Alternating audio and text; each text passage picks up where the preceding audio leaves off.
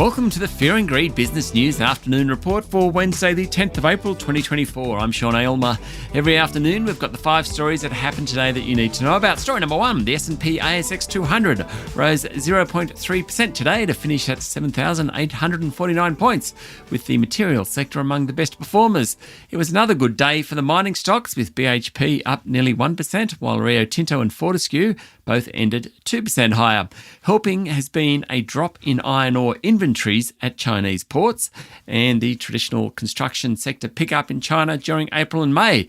That has been pushing up iron ore prices, helping the big miners.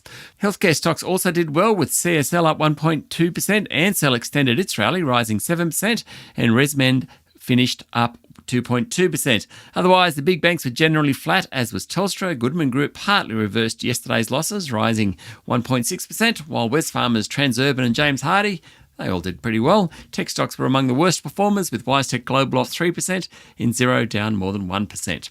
Story number 2, Prime Minister Anthony Albanese says his government has always held the view that a two-state solution in the Middle East is the best outcome, and Hamas should have no role in a future Palestinian state.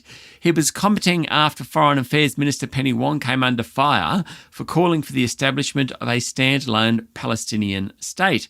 She says it's the only sustainable path to enduring peace in the region. Senator Wong also called for Hamas to immediately release all hostages and for Israel to commit to a humanitarian ceasefire. Now, Liberal Senator Jane Hume criticised Senator Wong, saying her comments mark a shift away from Australia's bipartisan position on Israel and Palestinian territories. Mr Albanese disagreed, saying the Australian government wants Israelis and Palestinians to be able to live in peace and security with stability, and to be able to prosper in a region which is peaceful. Story number 3, National Australia Bank's new boss, Andrew Irvine, has appointed 3 women to lead the bank's customer-facing divisions, and in doing so, he's managed to retain Rachel Slade, who lost out on the top job to Mr Irvine.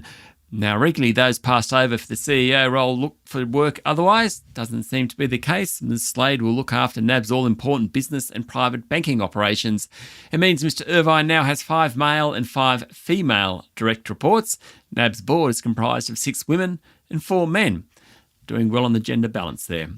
Story number 4, the latest Bureau of Statistics figures show there is a long way to go before the housing crisis improves. Work started on 163,000 new homes during 2023, more than 10% less than a year earlier. High-density home starts fell for a third successive quarter in the 3 months to the end of December, meaning 2023 was the worst year in the last 12 for that part of the market. Given the surge in immigration, the national housing shortfall is expected to be around 200,000 dwellings this financial year. And while the government hopes to build around 250,000 homes a year from the next financial year, today's figures show there's a large gap between hope and reality.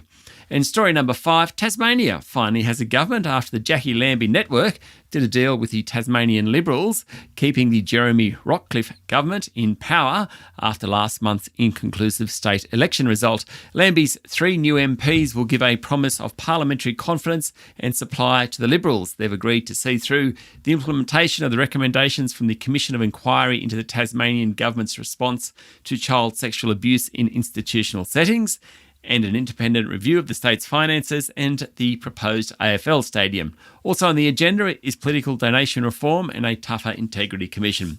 That's it for the afternoon report for Wednesday the 10th of April 2024. Michael Thompson and I will be back tomorrow morning, as always, with the Thursday edition of Fear and Greed Business News. I'm Sean Aylmer. Enjoy your evening.